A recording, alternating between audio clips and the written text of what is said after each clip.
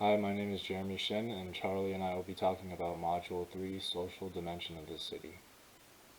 First, I will be talking about The Metropolis of Mental Life by George Simmel. This reading looks at how living in the big city affects someone psychologically, and I'm just going to touch on a couple of the main points he talks about. He says city life compared to country life provides less meaningful and short interactions between people, which lack any emotion. Metropolis has also caused a psychological phenomenon known as the blasé attitude. This is when someone has been exposed to so much ever-changing stimulus and they no longer have the capacity to react to new sensations. People in big cities have a really distant and don't care type of relationship with one another because they would not be able to handle the psychological effects of inner reactions in response to the continuous external contacts with everyone. Towards the end of the reading, he actually switches perspectives and touches on how metropolis life is good. He says that there's freedom in living in metropolis life because there's no binding mentality like there is in a small community. It also creates differentiation due to the need for specialization in services or job sectors. Moving on to the city life versus country life short video, this addresses the pros of city and country life in comparison to one another. Some of the pros of city life are it allows for large markets that offer specialized products and services, which Simmel also talked about. It pays more, there's a higher bump rate, and there are more opportunities. The pros of country life are you avoid traffic and lines, there's cheaper housing, and there's generally less crime. For the additional reading, I read The Networking of the Self by Greenfield. In this, he explains how we must look at the smartphone analytically and not just look at it for what it simply is. The smartphone plays a key role in our decision making. It conditions the choices available to us. It changes who we are, things like our preferences, capabilities, and desires. The takeaway I got from this reading is that we need to be fully aware of how things like the smartphone and other technology are changing the way we are and the way we behave, our attitudes and preferences towards certain things, etc. Hey, this is Charlie Langan, and I'm going to be talking about Lesson 3.2. So first, I read the Toffler reading about the modular man, and he talks about the cost of involvement, in which he discusses how urbanites play segmented roles in each other's lives, and for most relationships in an urban setting, there's very little full involvement in each other's lives. He also talks about the duration of human relationships, and he talks about a bunch of different types of relationships, short-term and long-term ones. And then he says that service relationships tend to not last longer than other relationships, and this ties into the conversation of Monday to Friday friends, and this is kind of like relationships that you make in a workplace.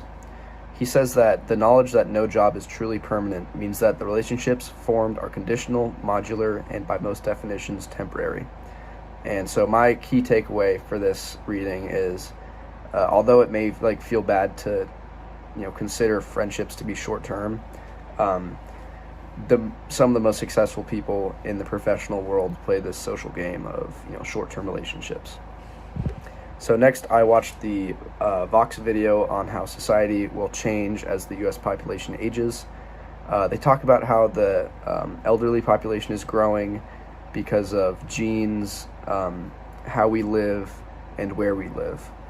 And they also talk about an age-friendly city in which transportation is better for elderly people, and we keep elderly people in their home where they live, and we support them if they want to stay in the workforce. And I just thought it was very interesting how the way we treat elderly people can affect not only their health but their lifespan as well. Next, I watched the video on Afrofuturism, and this was very interesting because I thought it was cool how it started off as a critique on science fiction and its lack of diversity, and now it's kind of become this theme of optimistic hope for the future of Black individuals. Next, I watched the video on redlining and racial covenants. This is where officials were redlining Black neighborhoods and then labeling white neighborhoods as the best, and this obviously made properties in Black neighborhoods less valuable, and then properties in white neighborhoods more valuable. This kind of this really hurt, black communities. So I feel like this was important because in order to look at the future of cities, we have to understand, the oppressive past of it too. Next, I watched the Dr. Greason lecture on Wakanda and Afrofuturism. And when I watched the first video on Afrofuturism, I thought, this kind of ties into Black Panther. Like, I'm getting a lot of, Black Panther vibes from this. And I didn't even know that this video was, in the lesson. So it was kind of cool to see this. They talked about how the creators of the Black Panther comics wanted to create an African civilization that was never touched by colonialism, slavery, or segregation. And, obviously this, Wakanda is, this black civilization with, futuristic technology, and it like really ties into Afrofuturism. So I would say like a key takeaway for most of these videos is, a lot of black communities have been destroyed by suburbanism and, oppressive urban development and whatnot. So Wakanda kind of represents, black culture without these drawbacks.